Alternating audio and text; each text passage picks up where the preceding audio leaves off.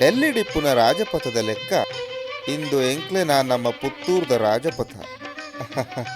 ಪುತ್ತೂರ ಒಡೆಯನ ಈ ವಿಶಾಲವಾದ ಅಂಗಳದಲ್ಲಿ ಕಂಬಳ, ಯಕ್ಷಗಾನ, ಮಹಾಲಿಂಗೇಶ್ವರ ಜಾತ್ರೆಗಳಂತಹ ತುಳುನಾಡ ಪರಂಪರೆಯ ಆಚರಣೆಗಳ ಗೌಜಿ ನೋಡೋದೇ ಒಂದು ಆನಂದ.